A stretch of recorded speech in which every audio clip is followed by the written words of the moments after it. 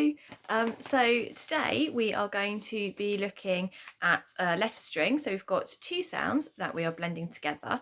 And again, they are ones where sometimes our phonics doesn't quite work. So you're all really good at your phonics now, you know your sounds, but English doesn't really work like that. Sometimes you need to have a different option. And normally, because you grow your knowledge of words, you can try your phonics, and when that doesn't quite work, you can think, maybe I need to try a different option. So today we're going to look at one of those different options, okay? So we're going to be looking at these letters. So we've got this one, which is, remember, feel the air on your fingers when you do the p sound, and the okay? So that makes the p.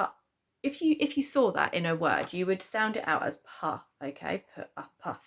And in this word, it says exactly that. So you can actually use your phonics for this one. I should have put your sound buttons on there. So we've got pump.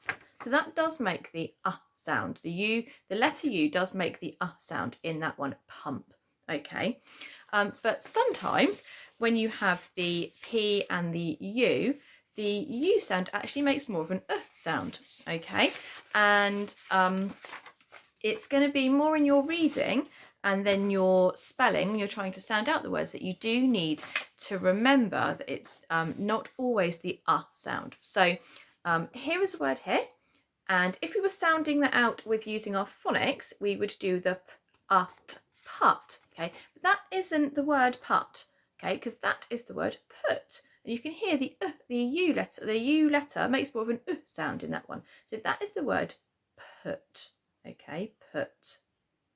And we have some other words where the U makes the sound just like that. So as I hold these up, I want you to see if you can read them out. Okay, so do this one again for me to get that sound. So say it after me, put.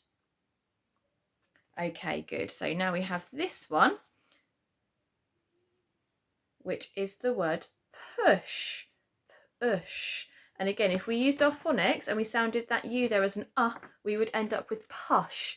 And we don't have a word in English that is the word push. So if you sounded that out and went push, you would need to use your thinking and think, I don't know that word. Let me try a different sound. I'm going to try and then you try push. Oh yes, it says push. So there is the word push. So we've got put and push. And if we have push, we can also have this one. So this is where we've added our ed suffix. We've got push, and then we've got pushed. So remember, we've done lots of our adding our suffixes on our ed where it sounds like t or d at the end of the word because it makes it in the past. So that is the word pushed. Remember, we always have the ed for the past tense. So we've got push and pushed. And then we have this one. So that is pull, pull. Again, it's not pull, which is if we used our phonics, it is pull. And just like pushed, we have pull, and now we have pulled. Okay, he pulled the door open, pulled. And the last one here we have is this one, which again, if we break it down into syllables, we have pudding, pudding. So again, that's the sound there. It's not pudding, okay, it's pudding. So we had a lot of words there where, again, you would be using your phonics. You might use the sound, but actually they are not the sound. It's more of that sound. So for your reading, that's a really important thing to remember. And like I say, you can try it with your phonics. Always try your phonics first. And if it makes a word that doesn't quite make sense with the sentence, or you think you don't recognise that word, that is when you need to use your phonics knowledge of alternative pronunciations, alternative sounds, and then you can see which one of them fits the best. Okay, so that's a good thing to do.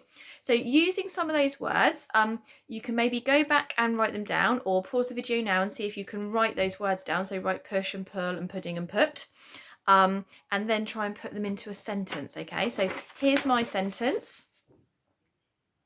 So I pushed and pulled, but it wouldn't move. Remember, we've got wouldn't there, meaning would not, where we've got our apostrophe for contraction there. So I pushed and pulled, but it wouldn't move. I pushed and pulled really hard, but it wouldn't move. I tried my hardest, but it wouldn't move. So we read it for decoding. I read it again for understanding. It's always good to read those sentences twice, just so you know really what's going on. Okay, so it's your turn to go and practice your writing now. So practice writing some of those words and then practice your sentence. Don't forget your capital letter at the start and your full stop at the end. And remember not just to spell those words correctly that we've learned, but the other words that you're using in your sentence, think back and use the other spelling rules that you've learned. Okay, that's it for today. I will see you tomorrow. Bye.